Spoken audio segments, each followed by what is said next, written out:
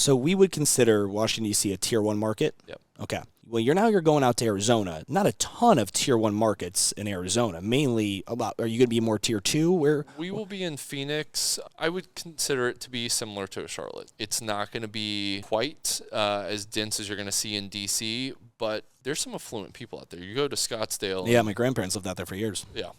So there's some money out there. And then you've also got ASU out there. So there's some cool opportunities. I don't think that it's going to be quite as dense from a population demographic perspective, but it's pretty close. And whenever I'm going and doing my research, I'll go and I'll hop on Orange Theory and F45 schedule, and I'm like, oh, you've got 12 classes in a day. You're doing well. Yeah. So I can probably do well out here. So let's go stay on the same train. What made you look at Arizona? What was that? Looked at a ton of stuff. Rick was like, hey, you want to open up some more locations? I was like, well, let me go look at some cities. I looked at Miami, Denver, LA, San Diego, Seattle, Portland, Boston, Chicago. I mean, I looked at a lot of big cities.